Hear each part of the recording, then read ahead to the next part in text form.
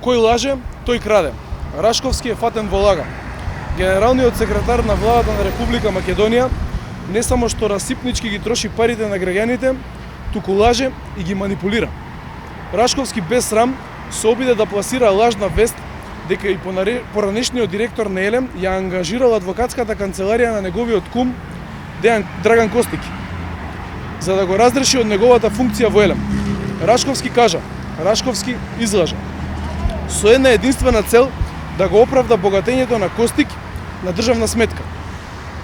Костик е дојден во Елем на барање на владата за да ја регулира процедурата за смена од директорската позиција, иако за тоа има правна служба. Значи уште едно изворче за пари на адвокатската канцеларија. Замислете, почитувани граѓани, вашите пари Рашковски ги троши за наплаќање на незаконски услуги и тоа на кумот Костик му платил една фактура со серијски број 053-11 од 2017 во вредност од 25.000 денари за управен одбор во Јасен.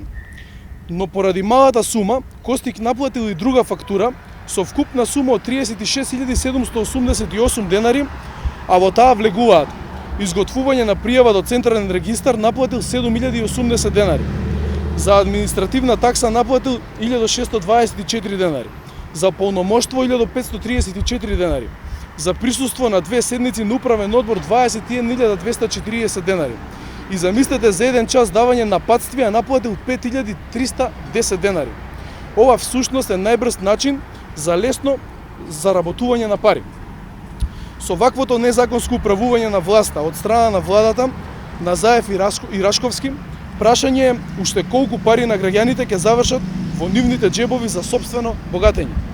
Почитувани, генералниот секретар на ВМРО ДПМН на вакви обвинувања од страна на Рашковски реагираше на својот Facebook профил, каде што меѓу другото напише: колега Рашковски, за време на упадот од страна на кумашинот ваш, со документ во раката и овластување од владата, овозможив цивилизирано примопредавање на управувањето на компанијата, која што помалку од една година ја водев. Како правник и професор треба да знаете дека за да биде завршен уписот во Централен регистар на новите членови на надзорниот одбор, потребно е мислење и овластување на овластеното лице, а тој во моментот бев се уште јас, доктор Христијан Мицковски, што ќе го врши уписот, а за сопственикот на Елем владата на Република Македонија. Во тој момент тоа лице беше вашиот кумашин. Ги потпишав мислењето и овластувањето и работата се заврши. Документите се архивирани на денот кога престана мојот ангажман во Елем. Ниту сум го ангажирал вашиот кумашин, ниту адвокатска куќа која е именувана во новинарско писание, а од ваша страна невешто злоупотребувана. Колега Рашковски, налага ти се кратки нозете. Но спомнете си на овој мој бесплатен совет до вас и осуденикот. Дека со вакви ефтини шибицарски финти на владата мандатот ќе биде уште пократок. Вива Академија, вива професорес.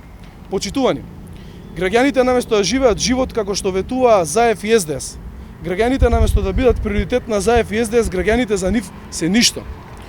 Но трошењето на парите на граѓаните мора да заврши и ќе заврши. Сомненијата за кражби ќе се истражуваат откако СДС ќе падне од власт и откако ќе се врати правната држава. На 15 октомври, на локалните избори, граѓаните ќе ја казнат владата на СДС и Заев. Благодарам.